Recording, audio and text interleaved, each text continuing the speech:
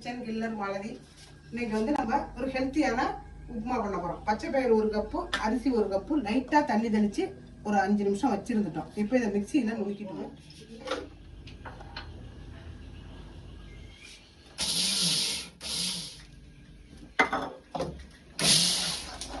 வெங்காயம் 1 கப்பு, அது கூட 1-2 தட்டி வச்ச மிளகு, அப்படியே நம்ம வந்து 3½ கப்பு தண்ணி. அப்படியே நம்ம முதல்ல அரிசியை ஒரு அடி அடிச்சுட்டு மேலால லைட்டா பயிரை அடிச்சுட்டோம். கொதிச்சுட்டு இப்போ நம்ம வந்து நல்லா 2-3 தடவை கலரி விட்டு மூடி வச்சிருந்தேன். சூப்பராக வந்துருச்சு. இது மேலே கொஞ்சோண்டு தேங்காய் பூ,